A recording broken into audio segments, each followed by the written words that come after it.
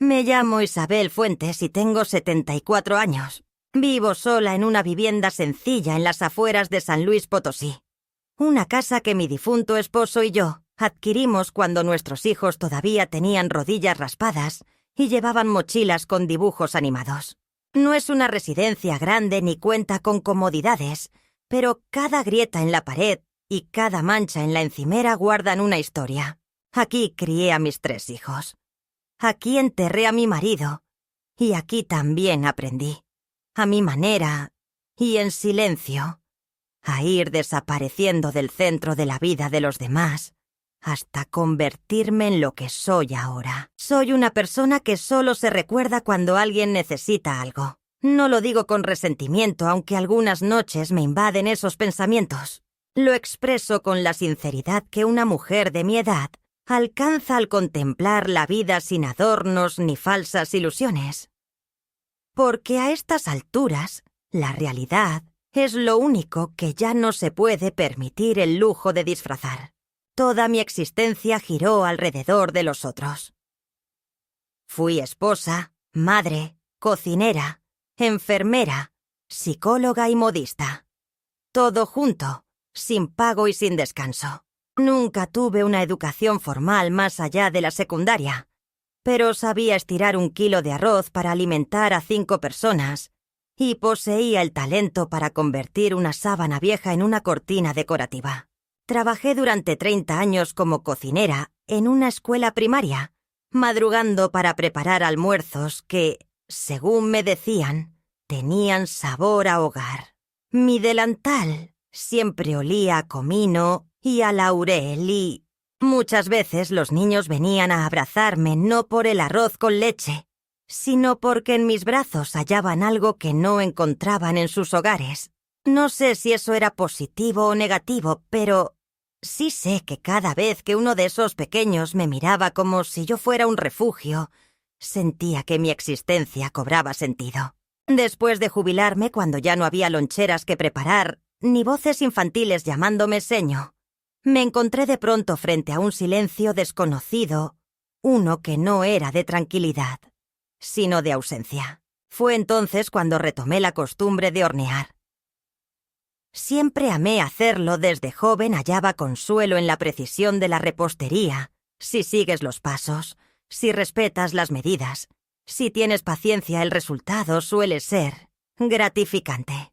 No sucede eso con las personas, puedes entregarles todo. Puedes renunciar a tus deseos, a tus ahorros, a tu cuerpo incluso. Y aún así, un día te ven como si fueras una carga o una sombra molesta. Pero una tarta de limón nunca te fallará si la haces con amor. Así que transformé mi cocina en mi refugio. Otra vez, comencé preparando pasteles para los vecinos, luego para una amiga que tenía una tienda de regalos, y un día, sin esperarlo, una joven productora de un canal local de televisión apareció en mi vida como esas cosas que parecen casualidades pero que en realidad son las maneras torpes que tiene el destino para pedir perdón por todo lo anterior. Ella se llamaba Lucía. La sobrina de una antigua alumna de la escuela donde yo trabajaba, una vez vino a encargar empanadas. Después de probarlas, me preguntó si quisiese participar en una sección de cocina tradicional en su programa de mediodía. Le respondí que no, que ya no estaba para salir en cámaras, que mis manos estaban arrugadas y que mi voz temblaba. Pero ella insistió. Me explicó que justamente por eso, por mis manos con historia y mi voz quebrada, debía aparecer. «Queremos algo auténtico», me dijo. No sé por qué acepté, tal vez por curiosidad, tal vez porque una parte de mí, esa que había permanecido callada por tantos años, deseaba ser vista por fin. Empezamos con recetas fáciles como pan de elote, gelatinas con flores y pastel de zanahoria. Aunque solo aparecía bajo un seudónimo, Doña Miel, la sección pronto se hizo popular. No me reconocían en la calle, claro, pero aumentaron los pedidos. Mi cocina volvió a tener sentido. Mi despensa se llenó y mi corazón también. Sin embargo, en casa, con mi familia. Nada de esto existía. Nunca se los conté, no por vergüenza, sino por intuición. Sabía que si lo hacía no recibiría admiración, sino burlas, o peor aún, indiferencia. Mis hijos llevan años viéndome como esa madre siempre disponible, que se sienta en las esquinas de las reuniones, que guarda silencio cuando otros interrumpen y que acepta sin quejarse los cambios de planes. En particular, Laura, mi nuera, tiene una manera muy sutil de hacerme sentir pequeña. Desde niña nunca me insultó ni me alzó la voz. No hacía falta. Su manera cortés y sus ojos que nunca se cruzaban con los míos me dejaban claro que yo era una presencia incómoda, un recuerdo del pasado que ya no encajaba con la decoración moderna de su hogar. A mi hijo lo entiendo. En cierto modo está agotado por el trabajo. Me quiere. Pero a veces el cariño no basta para preservar el respeto. En cuanto a mis nietos, los veo tan absortos en sus teléfonos que parezco un fantasma pasando por el salón. Así que cuando Laura decidió organizar la fiesta de cumpleaños de Santiago, su hijo mayor, y me llamó solo 3 días antes para invitarme, comprendí perfectamente lo que eso implicaba. No era una invitación de corazón, sino una concesión, algo hecho por obligación y no por ganas. Sin embargo, fui por mi nieto, para no romper aún más lazos ya deteriorados, y llevé un regalo sencillo envuelto en papel reciclado con una nota escrita con mi letra tradicional. No me ofrecía llevar comida porque ya sabía que Laura tenía todo bajo control. Pero ese día pasó algo inesperado, algo que nunca imaginé. Un pequeño giro que tuvo consecuencias tan grandes que aún me temblaba la voz al recordarlo. Sin saberlo, me hicieron servir mi propio pastel, ese mismo que había horneado unos días antes para un programa de televisión, el mismo que Laura había encargado sin saber su procedencia, el pastel que todos elogiaran, fotografiaran y disfrutaran, mientras yo lo repartía entre ellos. Platos blancos sintiéndome invisible, ignorada, útil pero fácilmente reemplazable. Así es como nos han visto muchas veces, valiosas, pero reemplazables. Sin embargo, ese día algo cambió en mi interior. No fue ira al principio, sino una emoción más antigua y profunda. Era la memoria de todas las ocasiones en que guardé silencio, de los momentos en que me sentí diminuta dentro de mi propia casa. Fue la dignidad, esa palabra que durante años no pronuncié, que volvía poco a poco a llenar mi pecho. Pero eso pertenece a otra etapa de la historia, y créeme, aún no has escuchado lo más impactante. El sábado por la mañana desperté más temprano de lo habitual, con una sensación inquietante que me ha acompañado desde que me jubilé. Como si mi cuerpo aún esperara órdenes que nadie le da ya. Me levanté, preparé café y abrí la ventana de la cocina para que entrara el aire fresco de abril, que renovó el ambiente cargado dentro de la casa. Sobre la mesa estaba el regalo envuelto para Santiago, que parecía fuera de lugar, demasiado simple para el hogar de Laura, donde todo parece salido de revistas. Era un rompecabezas de madera que encontré en una pequeña tienda de artesanías en una de mis caminatas. Me pareció bonito, sencillo y educativo, pero mientras ataba el moño, dudaba si Santiago sabría qué hacer con él o si acabaría en el armario de donaciones. Aún así, lo guardé en mi bolsa junto con mi chal de encaje que suelo usar en momentos especiales. Un frasco de pastillas que no podía olvidar. La fiesta empezaba a las 4, pero llegué a las 3:15. Nunca me ha gustado llegar tarde, aunque sé que últimamente ser puntual parece más una molestia que una virtud. Toqué el timbre y esperé. Nadie respondió. Volví a tocar y escuché pasos al fondo junto con una voz de niño que gritaba algo, pero la puerta seguía cerrada. Estuve a punto de tocar de nuevo cuando finalmente se abrió y apareció Laura en pantuflas, con el cabello recogido y un teléfono entre el hombro y la mejilla. Me miró como si no esperara que llegara tan temprano, aunque sabía perfectamente la hora. «Hola, Isabel», dijo con una sonrisa que no llegaba a sus ojos. «¿Qué pasa? Apenas estamos terminando con los arreglos. ¿Llegaste muy temprano?» «No», respondí que sí, que quería ayudar en caso de que hiciera falta, aunque su mirada me dejó claro que no necesitaba nada de mí. La casa estaba adornada con guirnaldas de papel dorado y globos con forma de estrellas. Una mesa larga cubierta con un mantel blanco sostenía una vajilla que no parecía para niños. Sobre una repisa, una pantalla mostraba una presentación con fotos de Santiago desde bebé hasta ahora, acompañada por música suave de fondo. Todo estaba perfecto como siempre.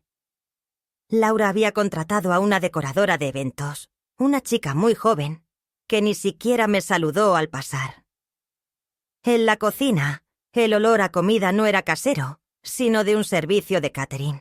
Los platillos estaban en charolas metálicas, todo muy bien organizado. Me pregunté qué habría sido de las celebraciones de cumpleaños con gelatina de mosaico y sándwiches de jamón cortados en triángulos. No las mencioné. Sin embargo, me ofrecí para ayudar, como siempre, y me asignaron la tarea de colocar servilletas en las mesas del jardín. Sin dudarlo, me puse a trabajar. A las 4:30 empezaron a llegar los primeros invitados. Padres con niños perfectamente peinados, madres con vestidos de lino y bolsos de marca, todos conocidos de Laura.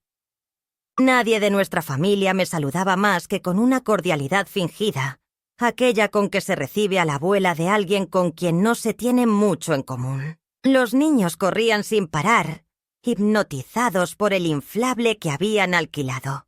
Y Santiago, el protagonista de la fiesta, solo me regaló una rápida sonrisa antes de salir corriendo tras sus amigos. Supuse que así debía ser a su edad, que las abuelas y los regalos de madera ya no importaban.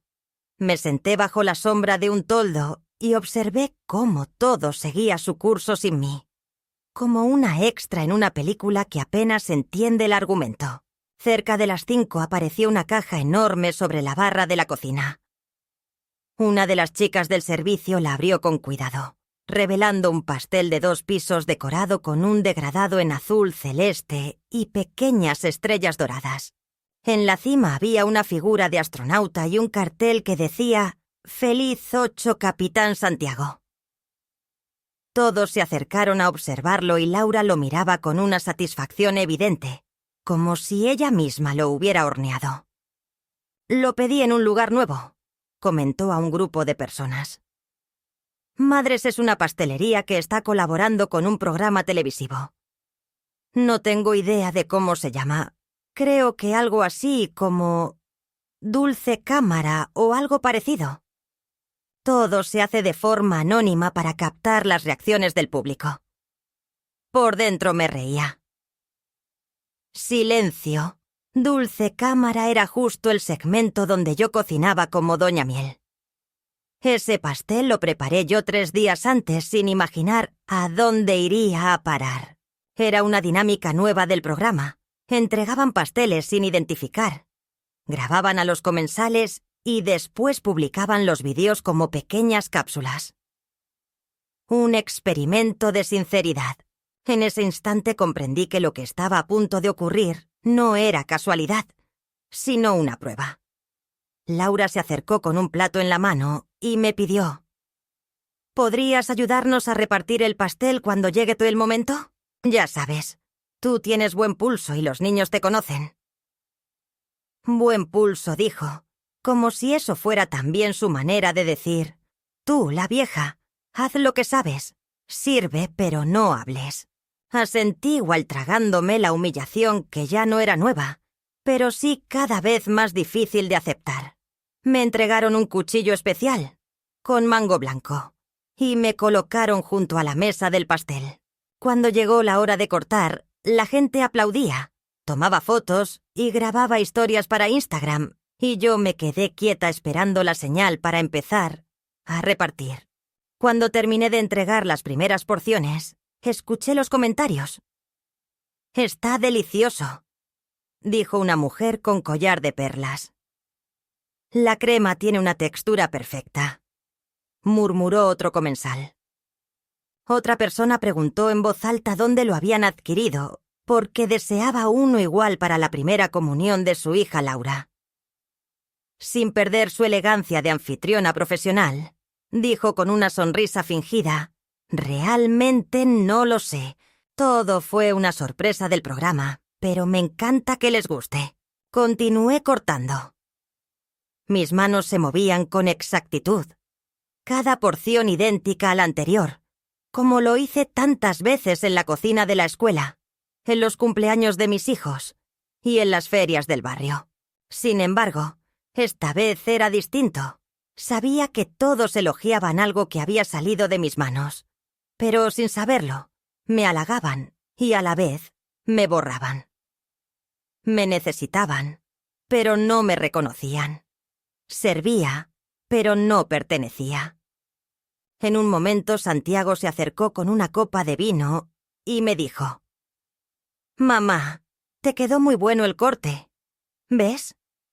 Nadie lo hace como tú». Lo dijo sin ironía ni mala intención, pero tampoco era consciente de lo que decía. No sabía que el pastel me pertenecía. No entendía que él, al igual que todos, estaba comiendo un pedazo de su infancia sin darse cuenta. No le dije nada, solo sonreí como siempre porque eso era lo que esperaban de mí. Que sonriera, que sirviera y que no complicara las cosas.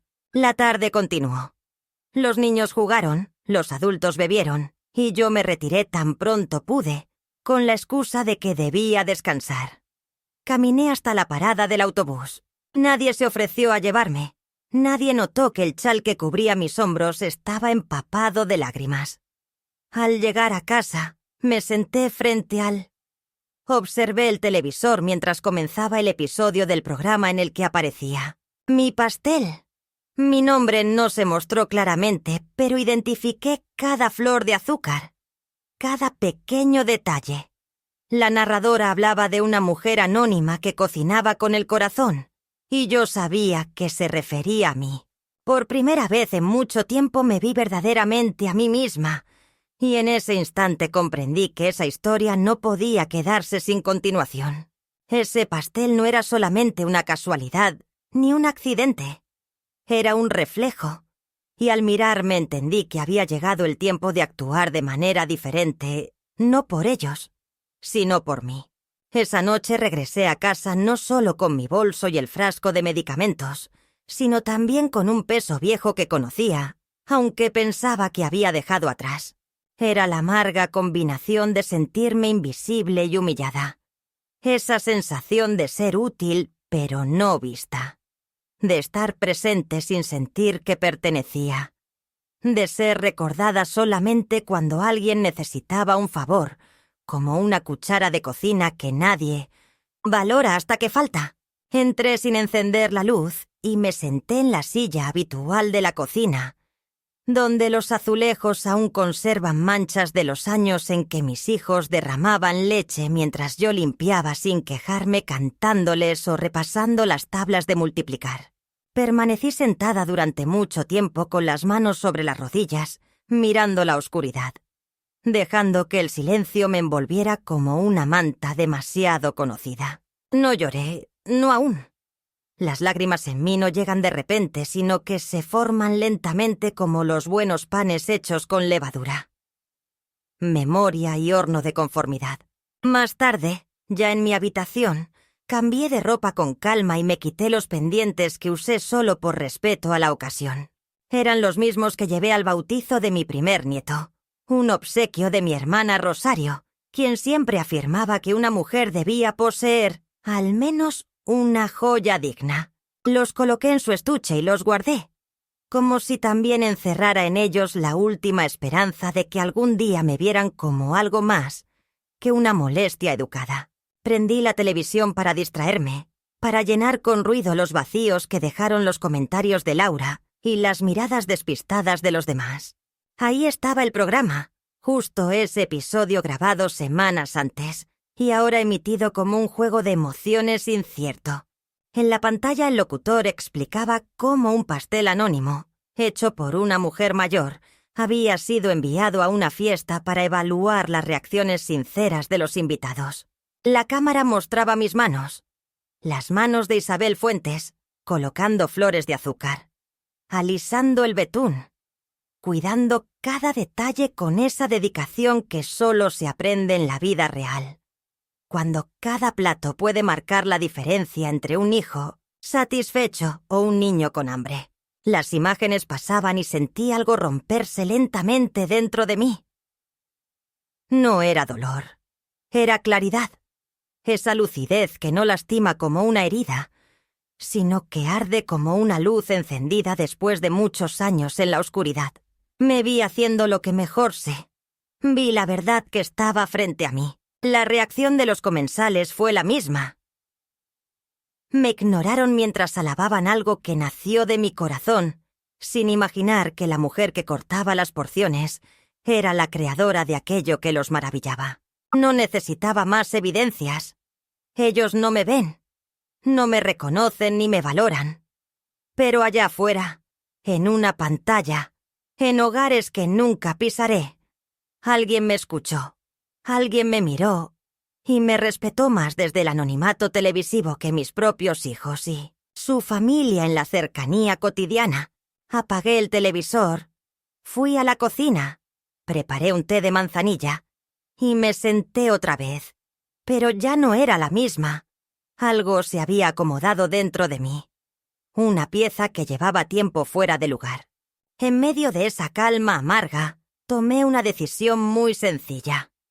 No volvería a ofrecerme donde no soy bienvenida y no me sacrificaría más por un lugar en una mesa que claramente no es para mí.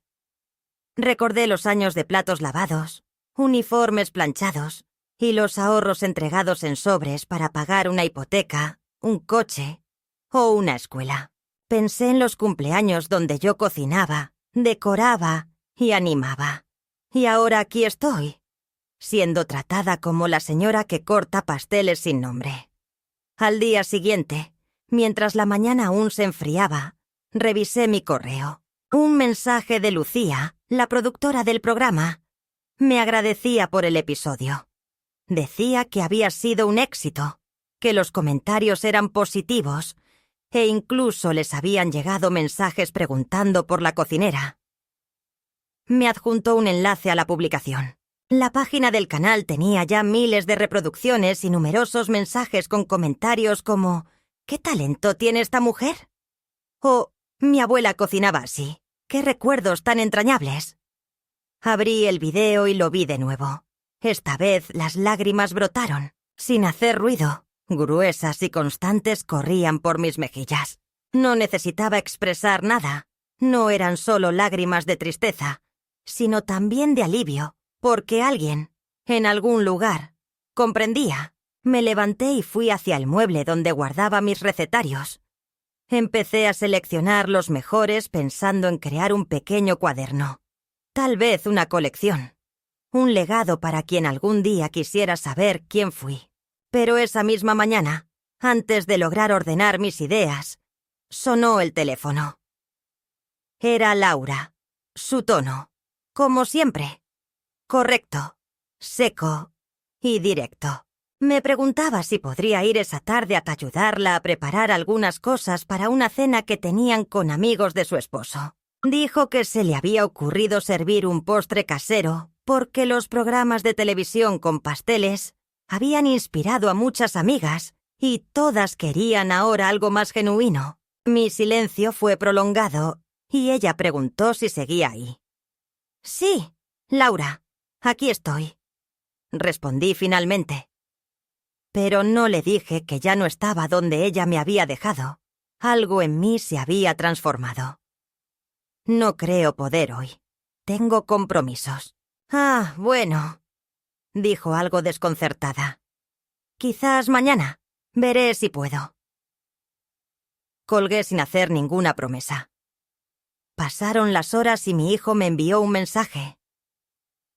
«Gracias por venir ayer, mamá. A Santiago le encantó tu regalo. Está muy ocupado preparándolo. No respondí de inmediato porque esa frase con su tono neutral y directo me impactó más de lo esperado.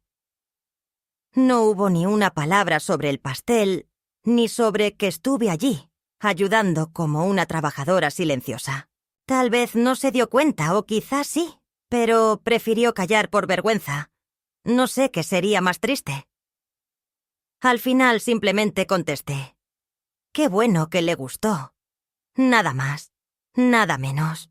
Esa noche tomé una decisión que para muchos habría parecido pequeña, pero para mí fue enorme.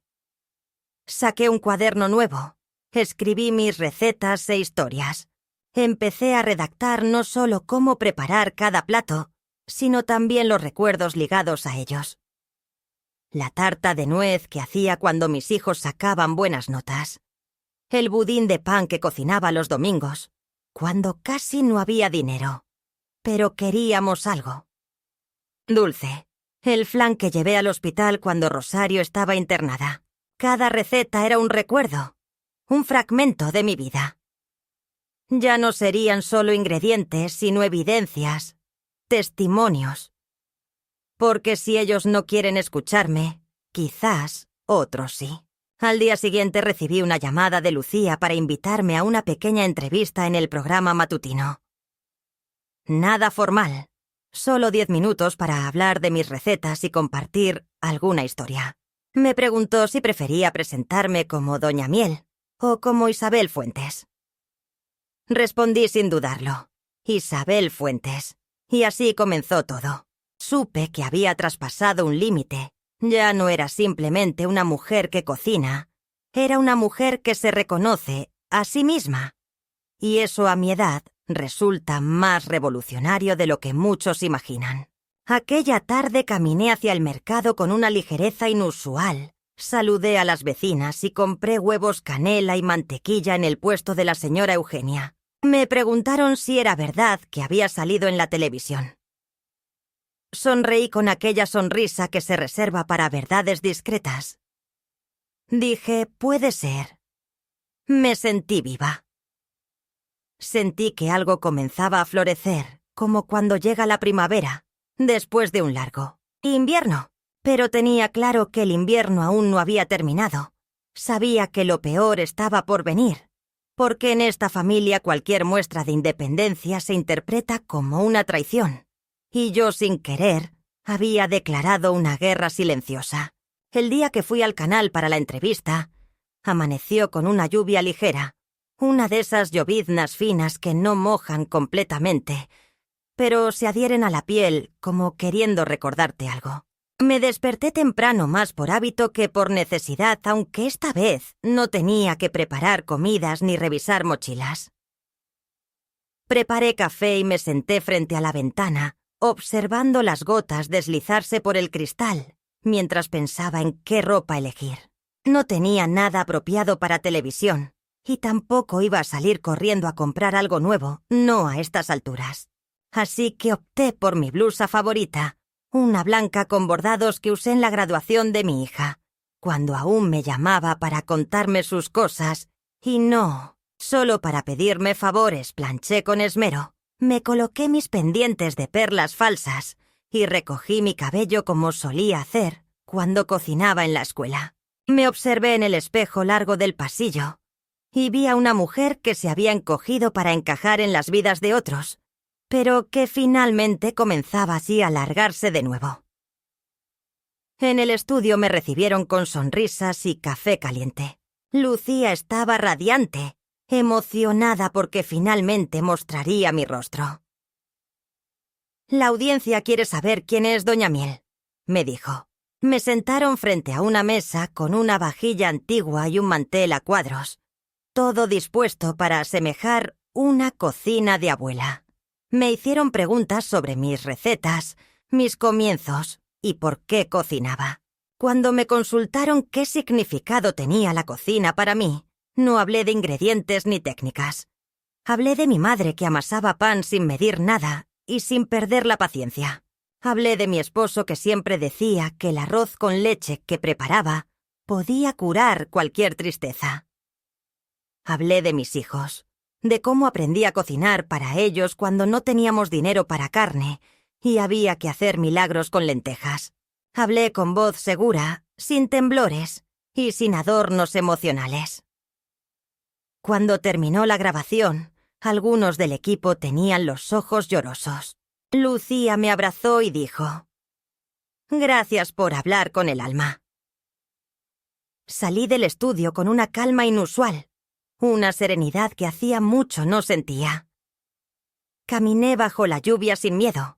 Me molestó, pero a la vez sentí que cada gota me limpiaba un poco del polvo acumulado a lo largo de tantos años.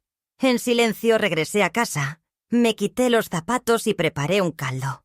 Me senté a escribir y continué con el cuaderno de recetas, pero esta vez incluí más relatos, más confesiones y más sinceridad. Ya no escribía para que alguien me recordara, sino para mí, como quien borda su nombre en una manta antes de regalarla, dejando una huella, aunque no sea reconocida. Esa tarde, mientras horneaba pan para la vecina enferma del 4B, recibí una llamada inesperada. Era Santiago, mi nieto, pidiéndome ayuda con una tarea de historia. Me sorprendió porque casi nunca me llamaba, ni siquiera en las Navidades.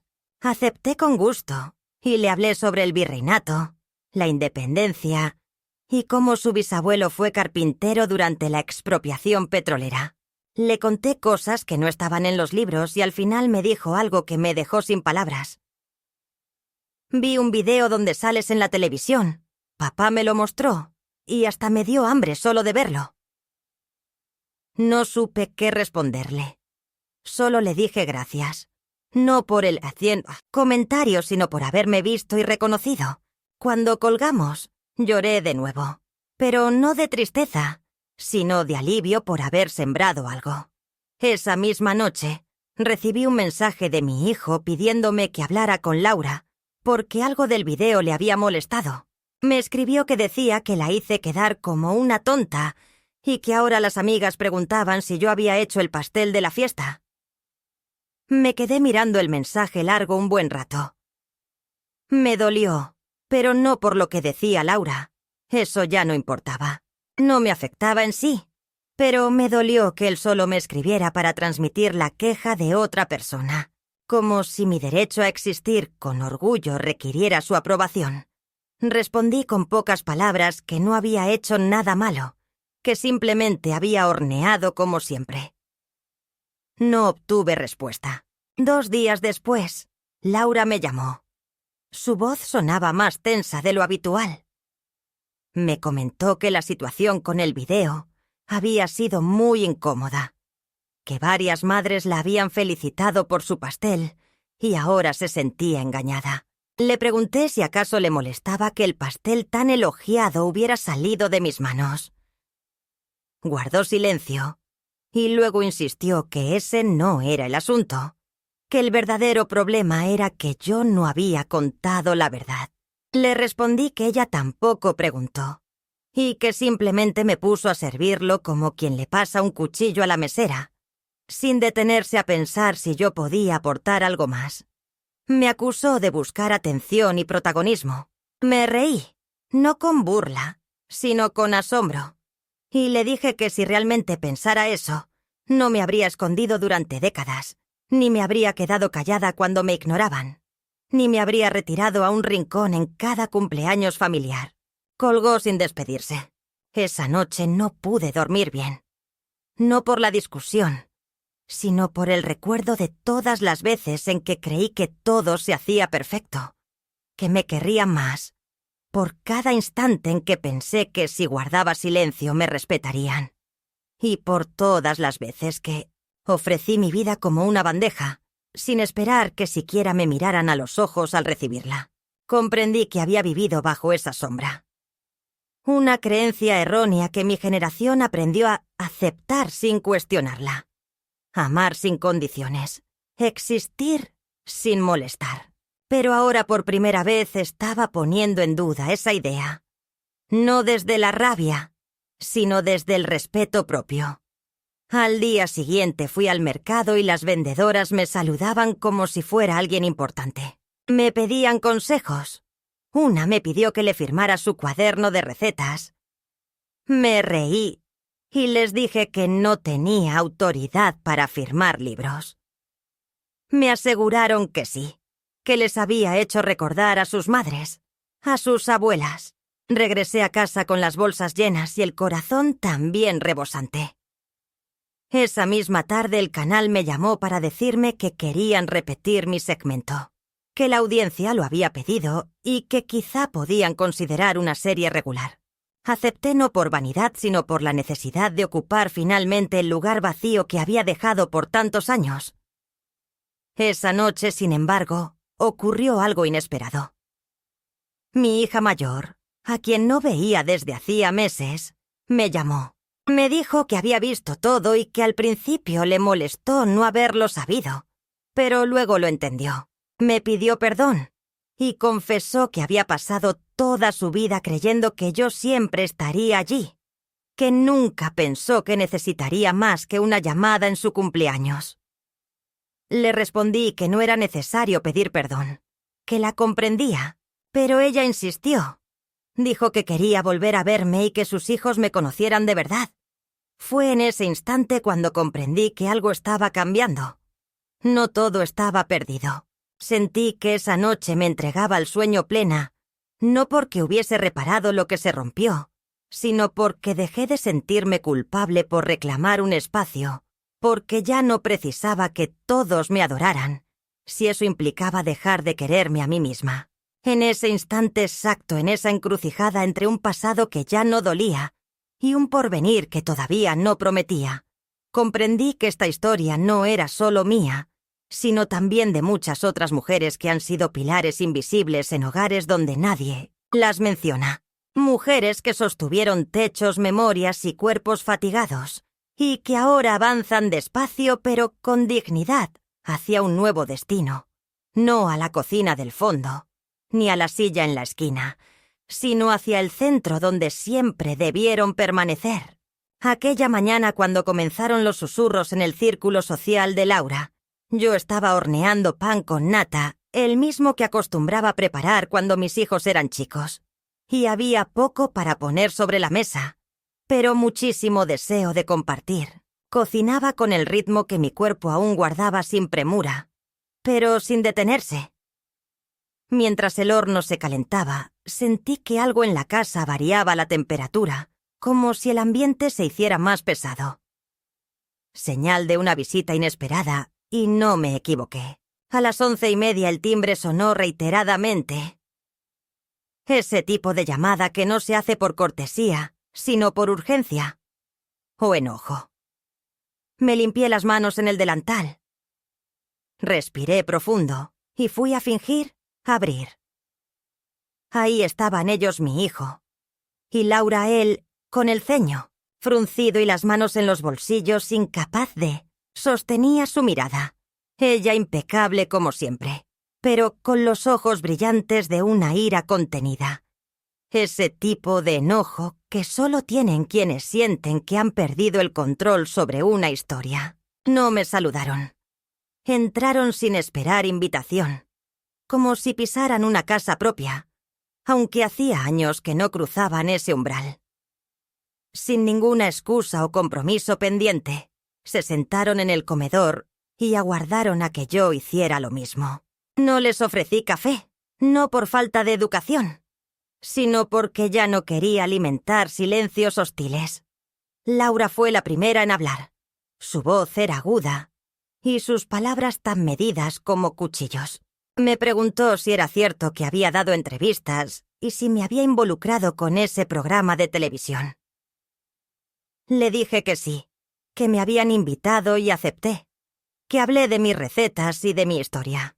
¿Mencionaste a nuestra familia?, preguntó, aunque ya sabía la respuesta.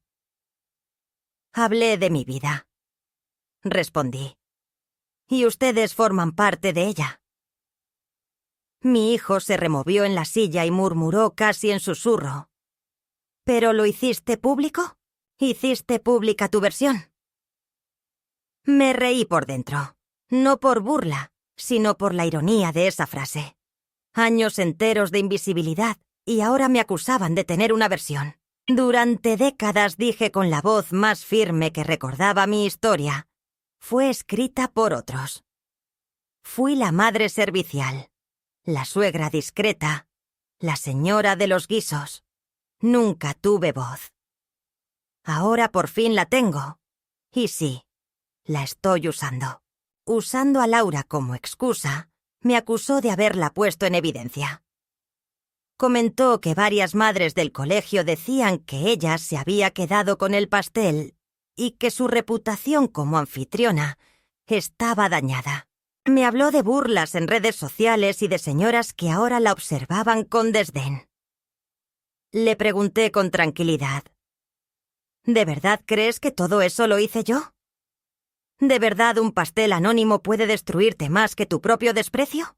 Mi hijo trató de intervenir, pero Laura lo detuvo con una mirada fija y estaba decidida a obtener una confesión, una disculpa, una retractación, aunque no pensaba dársela.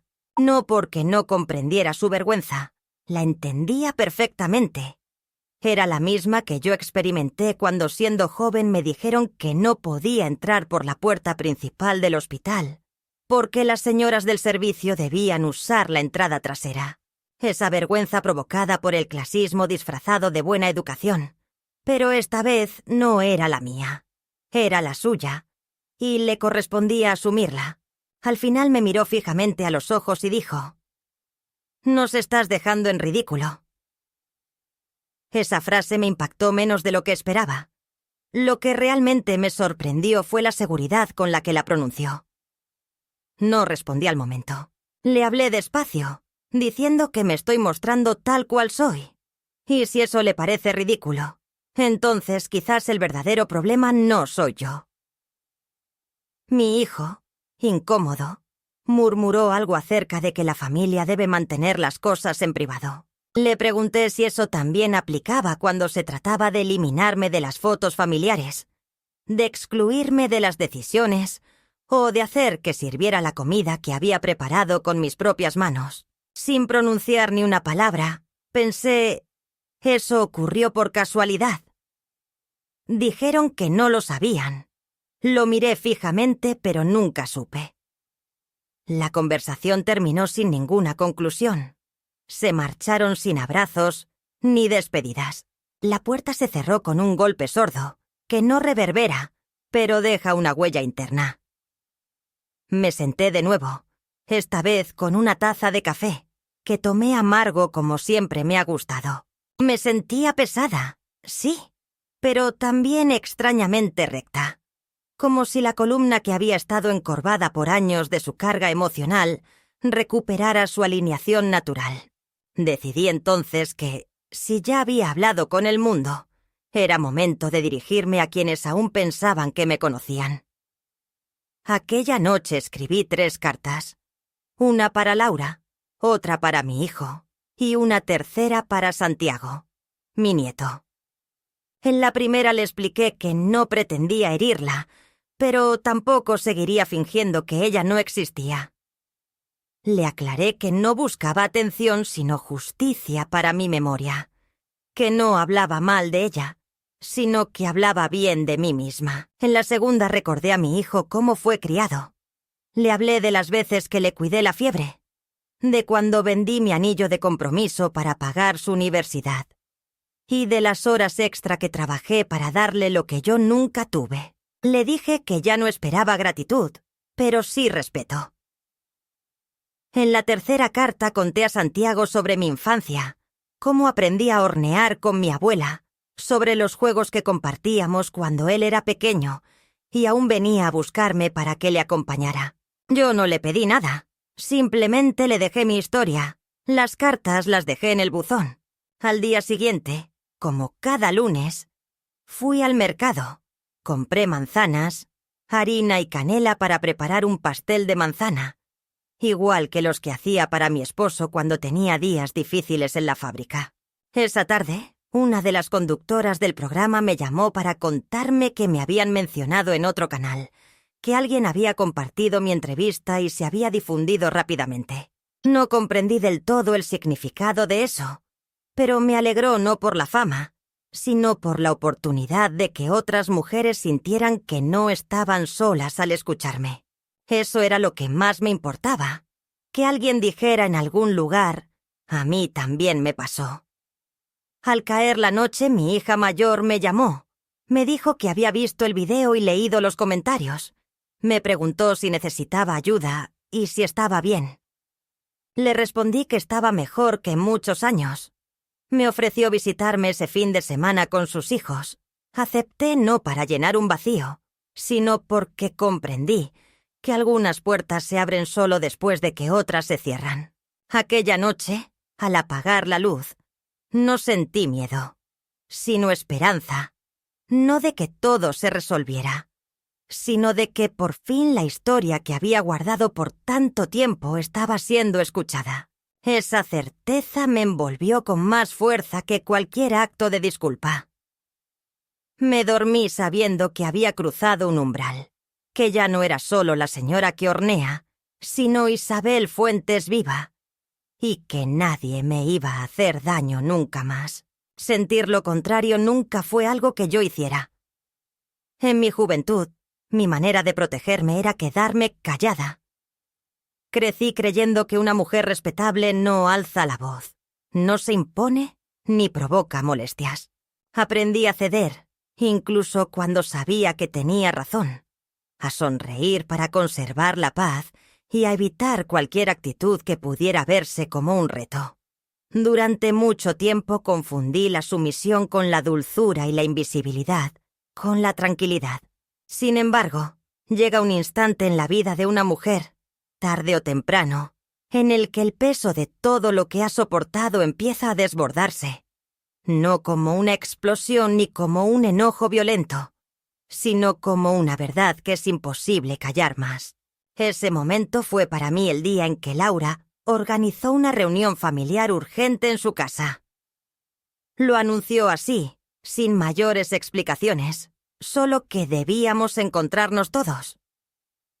Su tono tenía esa formalidad con que disfrazaba sus órdenes de solicitudes. Era domingo por la tarde. El cielo estaba despejado y el calor de abril apenas comenzaba a penetrar en los muros. Me vestí sin cuidado. Ya no necesitaba esconderme para ser aceptada. No llevaba ropa para agradar a farsa a nadie. Usé un vestido de lino color celeste y mis sandalias viejas. Antes de salir, pasé la mano por el borde de la mesa de la cocina, como si ese gesto me recordara quién soy y de dónde provengo. Al llegar, la casa de Laura estaba en silencio, sin música de fondo, sin velas perfumadas ni risas infantiles. Mi hijo me recibió serio y nervioso. Me saludó con un beso en la mejilla, el primero en semanas. Me llevó al salón donde ya estaban Laura, Santiago y la hija menor, que apenas levantó la vista del celular. Me senté en el sofá de siempre, ese que me asignaban en cada visita como si fuera mi lugar y no el suyo. Nadie ofreció ni comentó nada sobre el clima. Laura fue directa. Dijo que habían estado conversando y creían necesario establecer límites. Guardé silencio, no por temor, sino por prudencia. Quería oír lo que tenían que decir antes de hablar. Ella continuó, explicando que no querían que siguiera dando entrevistas revelando asuntos privados. La gente ha empezado a cambiar su mirada, a hacer preguntas. Las amistades de Santiago hacen comentarios. Los padres en la escuela también. Pregunté qué decían exactamente. Laura dudó, y Santiago bajó la mirada. Dijeron que la historia es conmovedora, que me admiran, desean conocerme, y que fue terrible cómo me trataron en la fiesta de cumpleaños. Eso les molesta. Explicaron que lo hice público y expuse a mi familia sin querer. Respiré profundo. Apoyé las manos en las rodillas y miré a mi hijo. Le pregunté si él también pensaba lo mismo. Se encogió de hombros y respondió que no lo sabía, que era raro porque yo nunca hablaba tanto. Siempre había sido más reservada, prácticamente invisible. Le pedí que aclarara, y él no contestó. Me incliné hacia adelante y los miré a los dos diciendo que lo más triste es que si no fuera por el programa, por las cámaras y por el video viral, ellos seguirían sin dirigirme la palabra. Escucharme les incomodaba que las personas me vieran, pero a ustedes jamás les importó que yo no existiera. Laura apretó los labios. Mi hijo se levantó y caminó unos pasos antes de regresar. No queríamos que esto sucediera.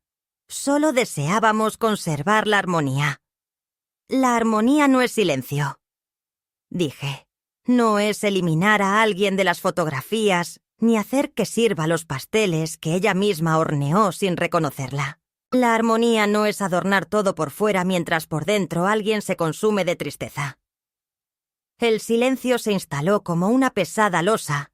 Entonces Laura preguntó: ¿Vas a continuar? ¿Seguirás hablando de nosotros? Voy a seguir hablando de mí.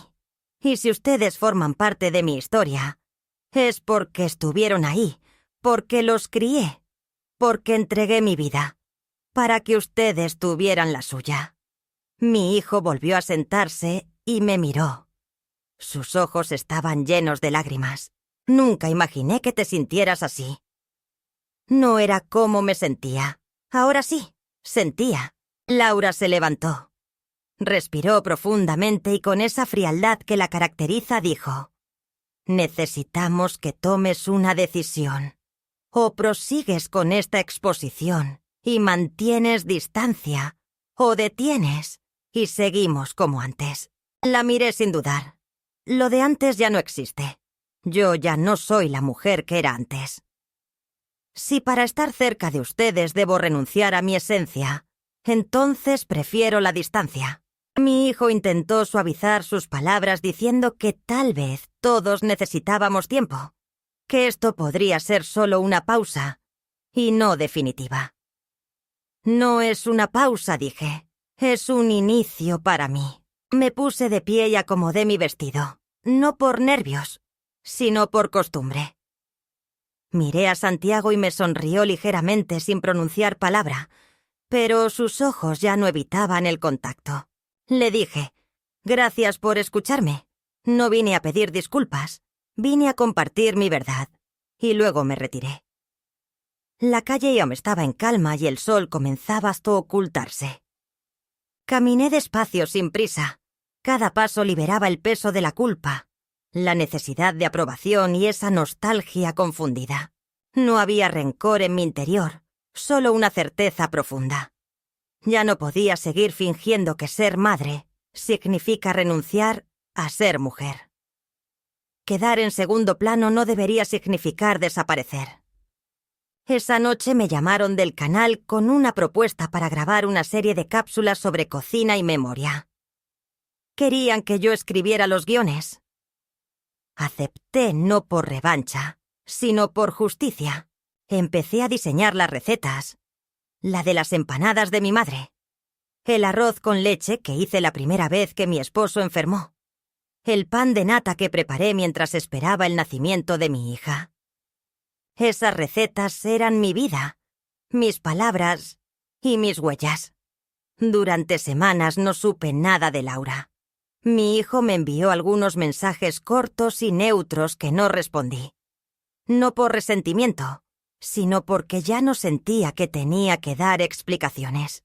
En cambio, recibí cartas, correos y visitas de mujeres que querían contarme sus propias historias, decirme que se habían reconocido en las mías y traerme las recetas de sus madres.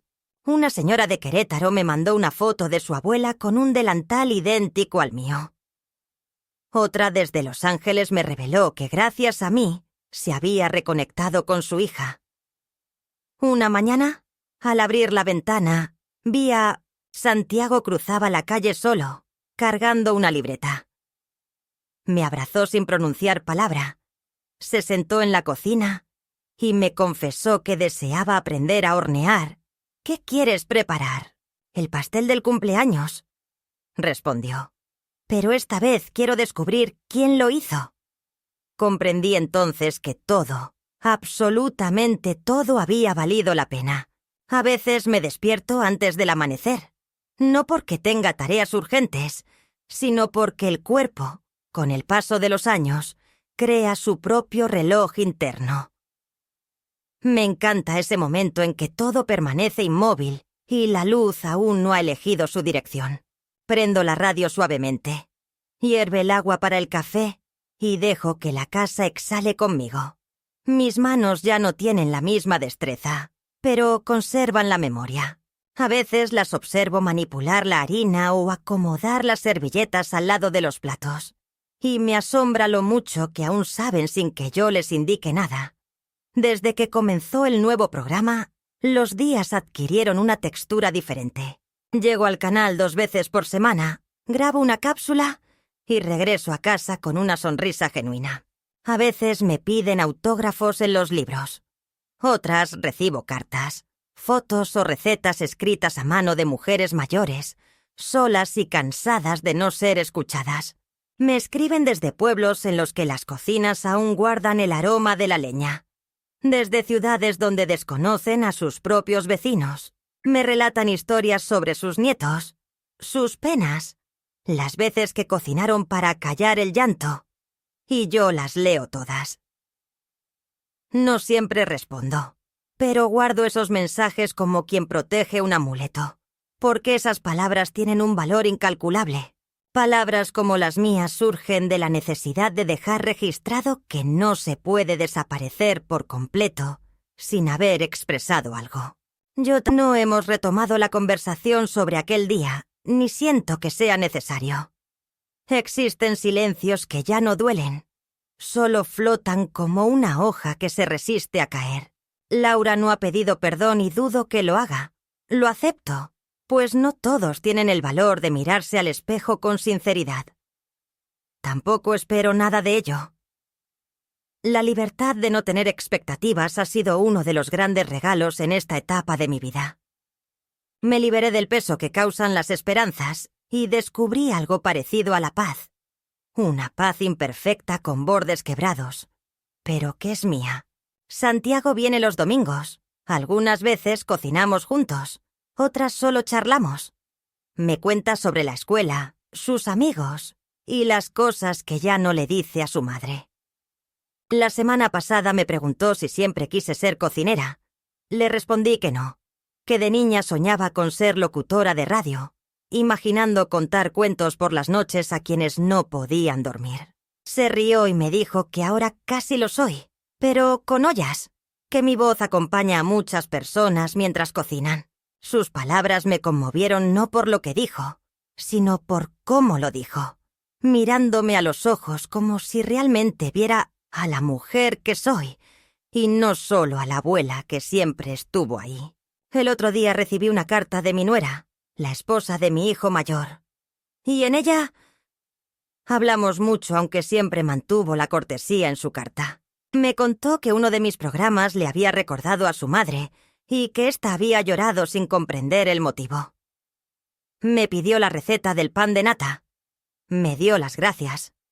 La releí varias veces, no por emoción, sino por asombro. Era la primera vez en años que una mujer más joven me agradecía sin ironía ni superioridad, sin esperar nada a cambio. Mi respuesta fue la receta y una frase final. Cuando el pan sale bien, es porque alguien tuvo paciencia, no talento. No sé si comprendió esas palabras, pero sentí que dije algo importante. No sé cuánto tiempo me queda. No lo pienso. Pero sí sé que por primera vez estoy dejando algo más que mis hijos. Mis platos limpios y mis recuerdos aferrados a las paredes de esta casa. Estoy dejando palabras, recetas y presencia. He aprendido que no se trata de buscar reconocimiento, sino de no aceptar la desaparición como destino. Y si algo me duele aún no es lo que me robaron, sino el tiempo que gasté creyendo que no merecía más.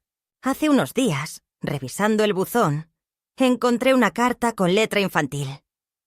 Era de una niña llamada Alma que vive en León. Me contaba que veía mi programa con su abuela y que ahora quiere aprender a cocinar, porque la comida es como una magia de cariño que se disfruta al final. En un papel de colores me había dibujado con un delantal y una corona de flores. Lo pegué en la nevera no por vanidad, sino porque ese dibujo representa algo valioso y sincero en medio de todo. El dibujo torpe y dulce que recibí es el mayor galardón en toda mi existencia. Ninguna medalla podría superarlo. Entonces, cuando enciendo de nuevo el horno y la cocina se llena de ese aroma antiguo a canela y mantequilla, ya no me siento sola. Me siento arropada por todas esas mujeres que, como yo, siguen horneando desde la periferia, aunque ahora comienzan a avanzar hacia el centro. Sé que no hay regreso posible, porque aunque la historia de mi pastel empezó con una humillación, concluyó con una afirmación. En ese camino me encontré, me reconozco y me liberé. Soy Isabel Fuentes. Tengo 74 años. Esta vez no solo serví el pastel, lo firmé. Y nadie, absolutamente nadie, podrá arrebatármelo jamás.